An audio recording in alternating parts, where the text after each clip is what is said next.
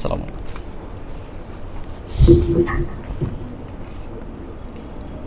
এটা নয়, এটা কোনটা ইউজ করবো? আউযু বিল্লাহি মিনাশ শাইতানির রাজিম। বিসমিল্লাহির রহমানির রহিম। সম্মানিত প্রধান অতিথি, বিশেষ অতিথি এবং সম্মানিত উপস্থিতবৃন্দ, আসসালামু আলাইকুম ওয়া রাহমাতুল্লাহি ওয়া বারাকাতুহু।